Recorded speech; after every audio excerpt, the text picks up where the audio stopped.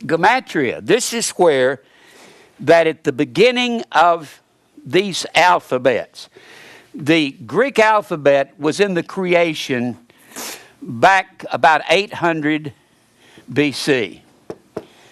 And Alexander the Great took over the world around 332 BC, and he lived as the Greek conqueror, the Greek monarch.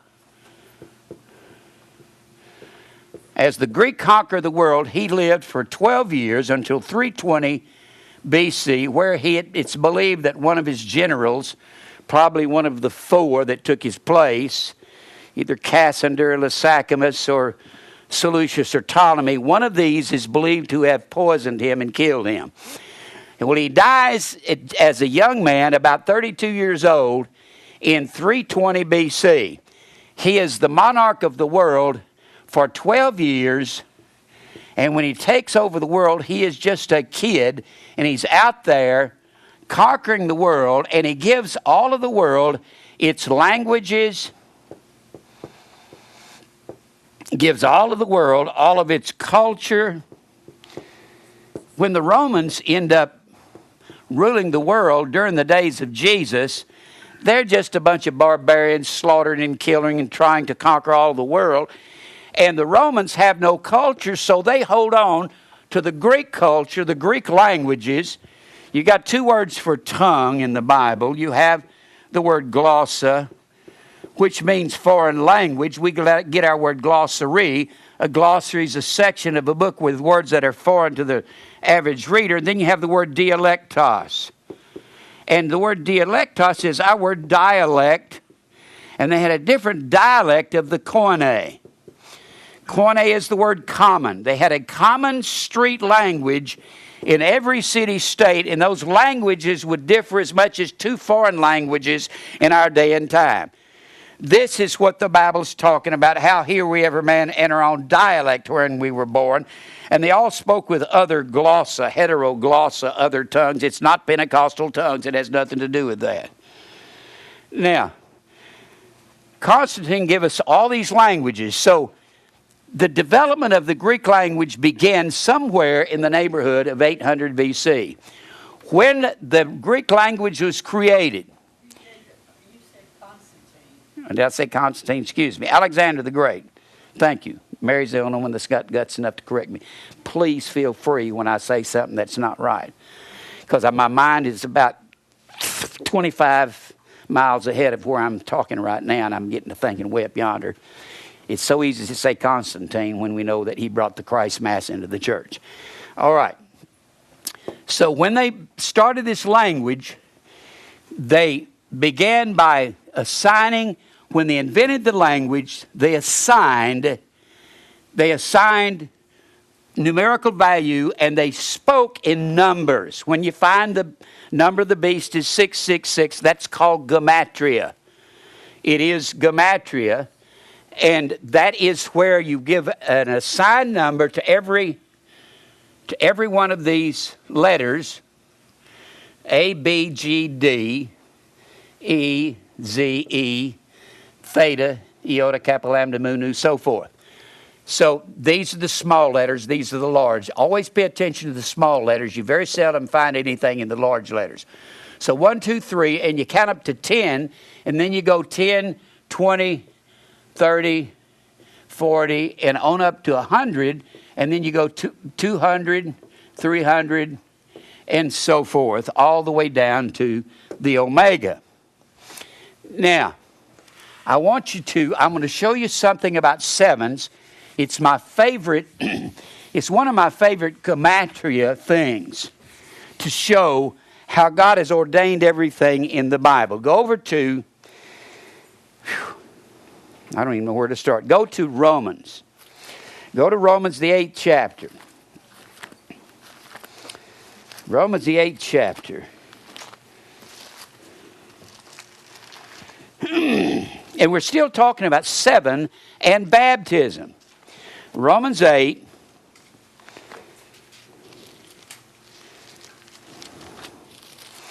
And I want you to look down here in verse 16.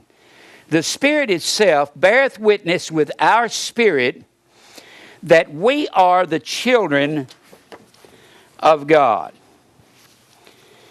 Now, and then he goes on to say, and if children, then heirs, heirs of God, and joint heirs with Christ. Now, I'm going to give you something on this word, joint heirs. Joint heirs.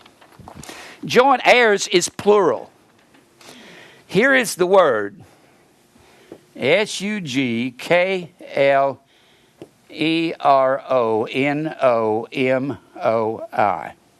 Or let me put it in the Greek. S-U-G-K-L-E-R-O-N-O-M-O-I. Now there's the Greek word right there. Now what I'm going to do, joint heirs. It says this is the word joint heirs. Now we're still talking about baptism and 7. Now this word joint heirs, I'm going to give you the gematria on this so you can see the exactness of the Word of God. Joint heirs, the sigma is 200. This is the value. We're talking about when the alphabet was created. They assigned these numbers at the creation of the alphabet. So if God is going to manipulate a mathematical structured history, He's going to take the alphabet that was laid out and manipulate His Word and come up with something that we call theomatics. It comes from the word theos, that is the Greek word God, and mathematics. It means God's mathematics. Now this is, when you get into gematria, you'll see, now you say, I never heard anybody preach on this before. You won't hear anybody talk about it. Just once in a while, I've got some gematria books, but a lot of this gematria, I've set up night after night putting these words together. Now, let me go ahead and give you the gematria on joint heirs. The sigma is 200. The upsilon is 400. Upsilon is a U. It's just a U. It's called U. Upsilon. There's the names. They gave names to their letters, and right under those names, that is the letter that it is. That's supposed to be an X there. Part of that come off. That's a kazee. It's an X. This is not an X here. That is a CH. C-H-R-I-S-T-O-S. Christ or Christos. This is an X. Xenos. X-E-N-O-S. Or X. X-E-N-O-S. S. An S in the middle of a word is like that. An S on the end of the word is like our S with the smaller hook on the bottom. That's the Greek. You say, why are you saying this in Greek? The New Testament was written in the Greek. It wasn't written in English. We hadn't any English till about 1,000 years ago. 2,000 years ago, there was no English. Now, the gamma. A, B, G, D. I said this the other night to some people. They were here before we were, so they can put their G between their B and their D if they want to. We were here second. And we get our word alphabet from alpha beta. Now, the gamma looks like a little short, stubby Y.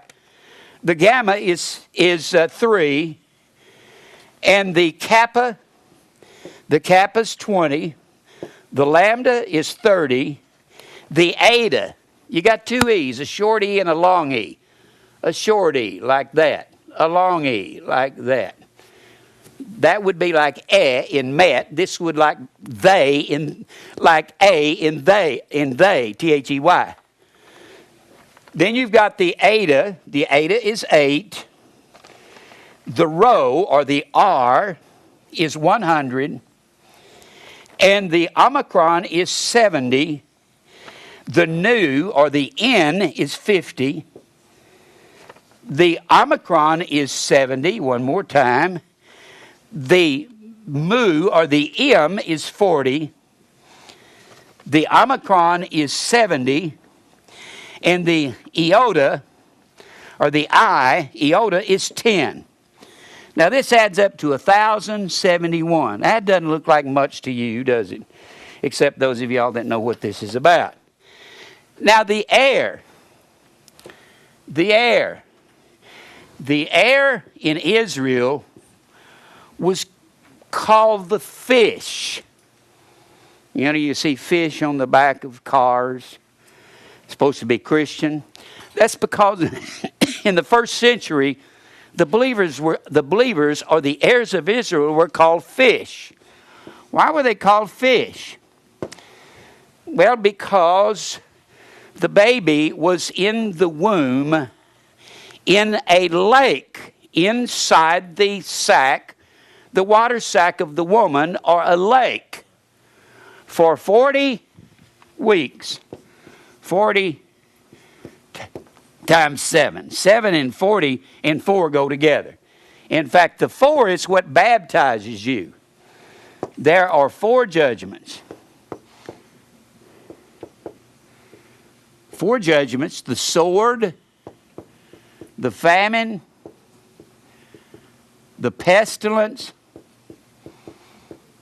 and the beast.